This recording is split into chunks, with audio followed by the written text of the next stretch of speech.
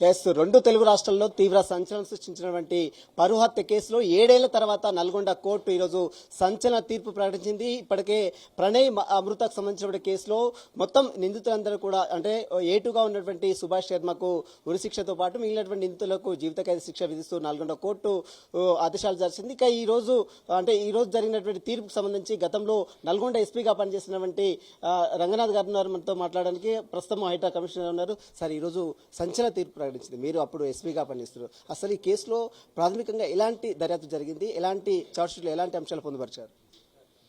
So ఇది చాలా సుదీర్ఘంగా దర్యాప్తు చేసిన కేసు.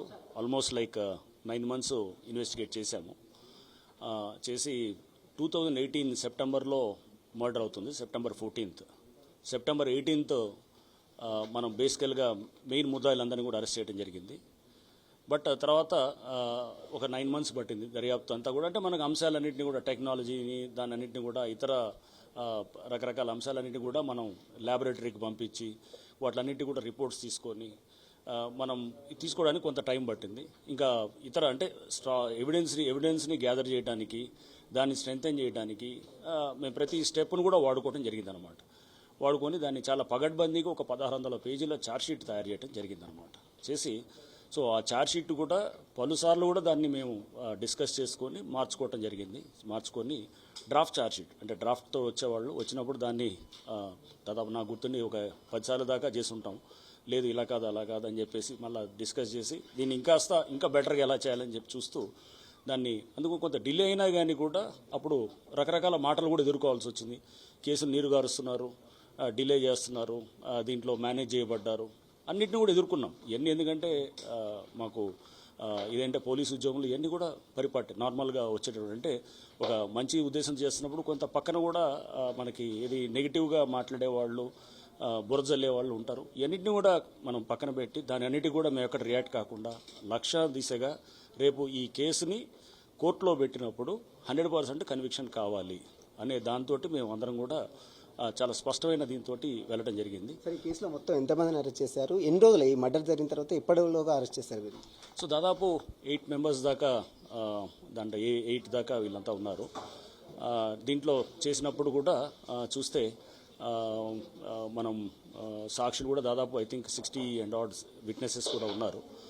సో వీళ్ళు ఒక bulky charge sheet with lot of technical evidences and తీసుకుంటూ ఇది నార్మల్గా చేసిన కేసు లాంటిది కాదు. ఇది ఫస్ట్ బేసికల్గా ఎందుకంటే ఇప్పుడు నార్మల్గా ఎక్కడన్నా ఒక కేసు అయితే కనుక కాల్ లెటర్స్ను లేకపోతే CCTV ఫుటేజెస్ జనరల్గా చేసేటటువంటి ప్రక్రియ ఉంటుంది. బట్ ఇది అట్లాంటి కేసు కాదు. దీంట్లో చాలా మనకి అర్థం కాని అంశాలు చాలా బయటికి అంటే మనకు కనపడదు. ఎక్కడ కూడా ఏది రాని దాన్ని కూడా అన్నింటినీ కూడా మనం తీయాల్సి వచ్చింది. తీసి ఈవెన్ అంటే ప్రతి దీంట్లో కూడా లోతుగా పోయి ఫోరెన్సిక్ ల్యాబొరేటరీ వాళ్ళతో డిస్కషన్స్ పెట్టేవాళ్ళం. పెట్టి తర్వాత ప్రాసిక్యూటర్స్తో కూడా కూర్చొని చాలా సందర్భాల్లో డిస్కస్ చేసేవాళ్ళం.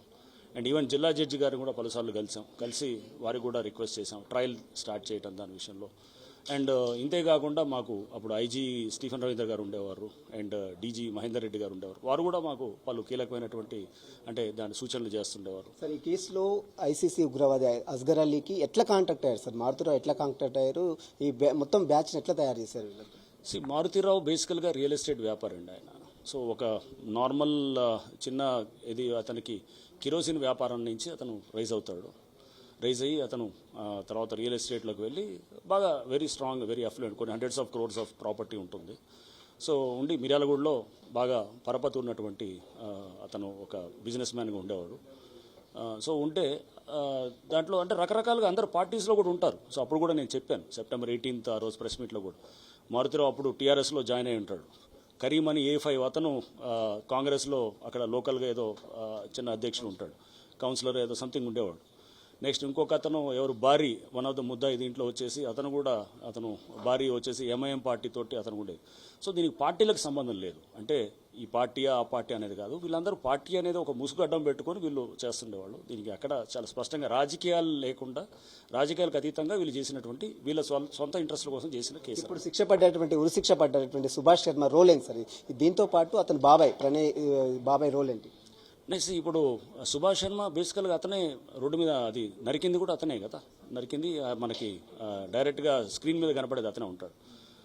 శ్రవణ్ వాళ్ళ చిన్నాయన అతను బేసికల్గా వెనకాలంతా కూడా background one of the main key component in the కాన్స్పిరసీలో. అండ్ ఇంతేకాకుండా దాంట్లో అమృత కూడా చాలా బలంగా చెప్తుండేది వాళ్ళ బాబాయ్ గురించి కూడా, అతను వల్లనే మా నాన్న అలా మా మీద అంత ద్వేషాన్ని పెంచుకున్నాడు అనేసి కూడా చాలా చాలా స్పష్టంగా చెప్తుండేది అన్నమాట. సో చెప్తూ వాళ్ళ అక్కడ ఉన్నటువంటి ఇతర విట్నెస్ని కూడా తీసుకున్నప్పుడు కూడా మనకు అది ఉంది. తర్వాత శ్రవణ్ కూడా వాళ్ళ కొంతమంది విట్నెసెస్ని బెదిరించడం చేయటం కూడా మా దృష్టి కూడా వచ్చినప్పుడు కూడా మేము వార్నింగ్ కూడా ఇవ్వడం జరిగింది, కేసు కూడా పెట్టడం జరిగింది అన్నమాట. సార్, మారుతిరావు చనిపోయిన తర్వాత కేసు ఎట్లా ముందుకెళ్తా అంటే అతను మీ దగ్గర స్టేట్మెంట్ ఇచ్చినప్పుడు ఏం చెప్తున్నాడు మారుతిరావు, ఏం చెప్పేవాడు? మారుతిరావు డెఫినెట్గా చేసిన తర్వాత కొంత పశ్చాత్తాపడటం అదంతా కూడా మేము అక్కడ అర్థమైంది ఇంట్రాగేషన్లో మాట్లాడినప్పుడు కూడా. బట్ అప్పటికి జరగాల్సిన డ్యామేజ్ జరిగిపోయింది. సో జరగాల్సిన డ్యామేజ్ జరిగి అక్కడ పిల్లవాడు చనిపోయిన తర్వాత ఇతను సరే ఇంట్రాగేషన్లో నేను అడిగాను కూడా, అంటే నువ్వు ఒకవేళ కనుక అంటే కులమే అనేది ప్రధానమైతే కనుక నీ కులంలో ఉన్నవాడు ఎవరో సపోజ్ ఎవడో చిన్నవాడికి అంటే రిక్షా దొక్కేవాడికో లేదా ఎవరికైనా నువ్వు ఇస్తావా? ఒక దళిత కులంలో ఉన్న ఒక ఐఏఎస్ ఆఫీసర్ లాంటి వాడు ఎవరు ఉంటే కనుక అతనికి ఇస్తావా అని అడిగితే కనుక తప్పకుండా నేను దళిత కులం ఉన్న ఐఏఎస్ ఆఫీసర్కే ఇస్తాను, అటువైపు మొగ్గు చూపుతాను కులంగా. అంటే క్లాస్ ఎలిమెంటు, క్యాస్ట్ ఎలిమెంటు ఇవన్నీ మేము కూడా నేర్చుకున్నాం ఈ ఇన్వెస్టిగేషన్లో. చాలా ఇష్యూస్ అంటే కేసుని ఊరినే కేసులాగా చూడమండి, కేసుని దాన్ని కూడా మాకు ఒక లైఫ్లో లెర్నింగ్ అంటే ఒక పాయింట్స్ చాలా ఉంటాయి అన్నమాట దానికి. సో ఆ కేసుని చాలా లోతుగా అర్థం చేసుకోవడానికి ట్రై చేస్తాం. దాని చుట్టూ ఉన్న హ్యూమన్ బిహేవియర్ని అర్థం చేసుకుంటాం, అంటే మనిషి ఎలా ఆలోచన చేస్తాడనేది. నెక్స్ట్ దాంతోపాటు సమాజంలో ఉన్న ఇష్యూస్ని, అంటే కంటెంపరీ సమాజంలో ఎటువంటి ఇష్యూస్ ఉన్నాయి, సమాజాన్ని అర్థం చేసుకోవడానికి కూడా మాకు ఇట్లాంటి కేసెస్ చాలా బలంగా ఉపయోగపడుతుంటాయి. కొత్త టెక్నాలజీస్ని అర్థం చేసుకోవడానికి కూడా ఈ కేసు చాలా ఉపయోగపడుతుంది. ఈ సైంటిఫిక్ ఎవిడెన్స్, ఎఫ్ఎస్ఎల్ రిపోర్ట్ దీని అన్నిటికీ ఈ కేసుకు ఉపయోగపడింది అనుకోవచ్చు. 100% ఎఫ్ఎస్ఎల్ కూడా చాలా సందర్భాల్లో వెళ్ళాం వాళ్ళతోటి అక్కడ టీమ్స్తో కూడా మీటింగ్ పెట్టి మాట్లాడుతుండేవాళ్ళం. ఫోరెన్సిక్ ల్యాబొరేటరీకి వెళ్ళి చాలా అంటే చాలా ఎలిమెంట్స్ని దీంట్లో ఇన్వాల్వ్ అయ్యి చేసినటువంటి కేసు. మాకు కూడా చాలా ప్రతిష్టాత్మకంగా, అంటే అన్ని కేసులు ఇలా చేస్తామంటే మెయిన్ పోలీస్కి వందలాది కేసెస్ వస్తుంటాయి. సో వచ్చినప్పుడు Telangana police is definitely one of the best police in the country అండి. సో వాళ్ళకి కావాల్సినటువంటి అన్ని టెక్నాలజీస్ మీద కానీ ఎబిలిటీస్ కానీ ఎవరికి మనం తక్కువగా అందరికన్నా ఇంకా చాలా బెటర్గా ఉన్నాం అన్నమాట దేశంలో. ఓన్లీ థింగ్ ఏంటంటే ఇట్లాంటి కేసెస్ ఎక్కువ రావడంతో కూడా వాళ్ళు దృష్టి కొంత అంటే టైం ఇవ్వలేరు, అదొక్కటే ప్రాబ్లం. కానీ బట్ గివెన్ దిస్ ఇది అంతా కూడా మనం చూస్తే కనుక ఈ కేసు 100% ఇవ్వాలనుకుంటే కనుక మనం టైం ఇచ్చినప్పుడు చూసారు కదా దీనికి ఎలా ఉంటుంది దీని ఎఫెక్ట్ అనేది. సరే, ఈ సుపారీ గ్యాంగ్కు మొత్తం ఎంత డబ్బులు చెల్లించారు, ఎంత బ్యాలెన్స్ ఉందో, అప్పుడు ఎంత సీజ్ చేశారు ఈ సంబంధించిన కేసులో? అంటే నాకు గుర్తులేదు కానీ but I remember around almost 2 crores ఎంత ఉన్నట్టుంది అప్పుడు. 2 crores 1 crore something what ever I don't remember, ఎందుకంటే నేను కేసు అప్పుడు తర్వాత మళ్ళీ నేను ఎప్పుడు దాన్ని లేదు. బట్ మధ్యలో అమృత నాకు మాట్లాడుతుండేది, బాలస్వామి కూడా వాళ్ళ తండ్రి కూడా వచ్చి కలుస్తుండేవారు, మాట్లాడుతుండేవారు. కేసు గురించి నాకు శ్రీనివాసం మా డిఎస్పీ చెప్తూ అంటే ఇట్లా జరుగుతుందని చెప్పేసి. కానీ but I don't remember this is the supari దానికి ఐ థింక్ ఫస్ట్ అడగట్టిన డిమాండ్ అయితే 2 crores 2.5 crores ఉంటుంది, బట్ ఇచ్చింది 1 crore or 1.5 crore what ever అది ఇస్తారు. ఇచ్చిన తర్వాత కొంత అమౌంట్ మారుస్తారు, కొంత ఇస్తారు, కొంత ఏమో తర్వాత ఇద్దామని చెప్పి ప్లాన్ చేసుకుంటారు.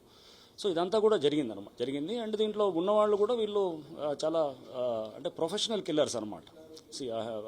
Asgar Ali is not a normal fellow. Asghar Ali అతను ఆల్రెడీ అక్కడ మోడీ గారి క్యాబినెట్ గుజరాత్లో ఉన్నప్పుడు, వారు ముఖ్యమంత్రి ఉన్నప్పుడు వారి క్యాబినెట్లో ఉన్నవాడిని చంపినంటే మీరు అర్థం చేసుకోవచ్చు. ఒక ఐఎస్ఐ ఉగ్రవాది అతను వచ్చేసి అతను ఏమని దాంట్లో హిరణ్ పాండ్యా కేసులో. సో అతను వచ్చేసి అక్కడ అహ్మదాబాద్లో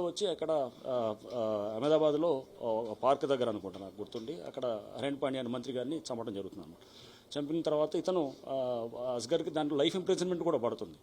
దాంట్లో A1 ఈజ్ అస్గర్, A11 దాంట్లో భార్య అనమాట. ఇక్కడ A3 అస్గర్, A4 భార్య ఉన్నారన్నమాట. సో అంటే ఆ కేసులో ఉన్న వాళ్ళందరూ కూడా ఈ కేసులో ఉన్నారు. అండ్ మారుతిరావుకి కాంట్రాక్ట్ కూడా ఇక్కడ భార్య అనేవాడు రియల్ ఎస్టేట్ సెటిల్మెంట్స్లో మారుతిరావు ఇతన్ని కాంటాక్ట్ చేస్తుంటే మిర్యాల కూడా రావటం, ఏదో ఒక ల్యాండ్ ఇష్యూలో వీళ్ళు కలుపుకోవటం, దాని ద్వారా అస్గర్ అలీ లింక్ అవటం, అస్గర్ అలీ లింక్ అవుతే అస్గర్ ఏమో శర్మని లింక్ చేయటం, జైల్లో వాళ్ళకు ఉన్నటువంటి పరిచయాలతోటి. అంటే ఇట్లా రకరకాలుగా కేసుని ముందుకు తీసుకెళ్లి వాళ్ళని ముందు పెట్టి ఇతను వెనకాల నుంచి అంతా స్కీమింగ్ అంతా చేయటం, ఇదంతా కూడా జరిగింది. సార్, పరువు హత్య సంబంధించిన దాంట్లో 7 ఏళ్ల తర్వాత ఇప్పుడు కోర్టు తీర్పు ఇచ్చింది. ఫర్దర్గా ఇలాంటి జరగకుండా ఈ తీర్పు చెప్పచ్చు. డెఫినెట్గా ఇట్లాంటి తీర్పుల వల్ల నేను అనుకోవటం ప్రజల్లో ఒక చర్చ వస్తుంది.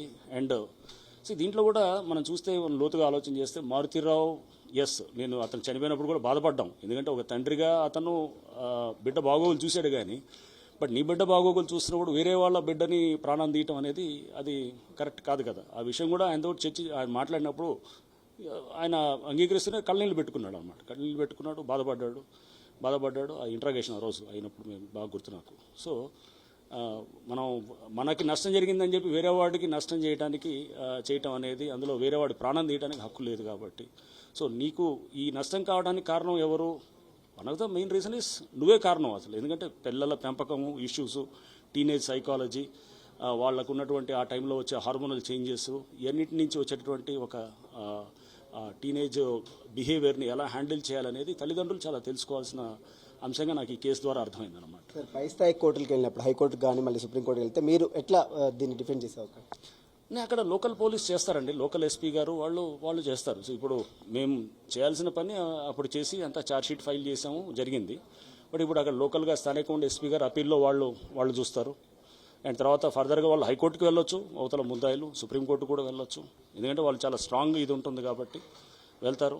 సో బట్ ఏదైనా కానీ కూడా మేము మా ఎవిడెన్స్ చాలా స్ట్రాంగ్ లైన్స్లో ఉంది కాబట్టి, కేసును చాలా స్ట్రాంగ్గా బిల్డ్ చేసాం కాబట్టి వీఆర్ షూర్ దట్ వాళ్ళకి పెద్ద రిలీఫ్ రాదని మేము అనుకుంటాం. Thank you sir, thank you. ఇదే చూసిన మొత్తం మీద దాదాపు 7 ఏళ్ల పాటు సుదీర్ఘంగా విచారణ జరిపిన తర్వాత నిందితులకు ఈరోజు ఎట్టకేలకు నల్గొండ కోర్టు తీర్పు ప్రకటించడం పట్ల అప్పట్లో ఎస్పీగా పనిచేసినటువంటి ప్రస్తుతం హైడ్రా కమిషనర్గా ఉన్నటువంటి రంగనాథ్ హర్షం వ్యక్తం చేస్తున్నారు. ఈ కేసులో చాలా సాక్షులను విచారించాము, అదేవిధంగా నిందితులను వెంటనే పట్టుకున్నాము. దీంట్లో సుపారీ గ్యాంగ్ అంటే ఒక అస్గర్ అనేటువంటి వ్యక్తికి సుపారీ గ్యాంగ్ ఇచ్చి ₹1 కోటి సుపారీ ఇచ్చి హత్య చేయించాడు. దీంట్లో అన్ని విధాలు సైంటిఫిక్ ఎవిడెన్స్తో పాటు టెక్నికల్ ఎవిడెన్స్ అన్ని కూడా కలెక్ట్ చేసిన తర్వాతనే కోర్టు ఈరోజు వాటన్నింటినీ పరిలో తీసుకొని నిందితులకు శిక్ష ఖరారు చేసినట్లు కూడా ప్రస్తుతం హైడ్రా కమిషన్ గతంలో నల్గొండ ఎస్పీగా పనిచేసినటువంటి రంగనాథ్ చెప్తున్న పరిస్థితి. Vote studio Satish.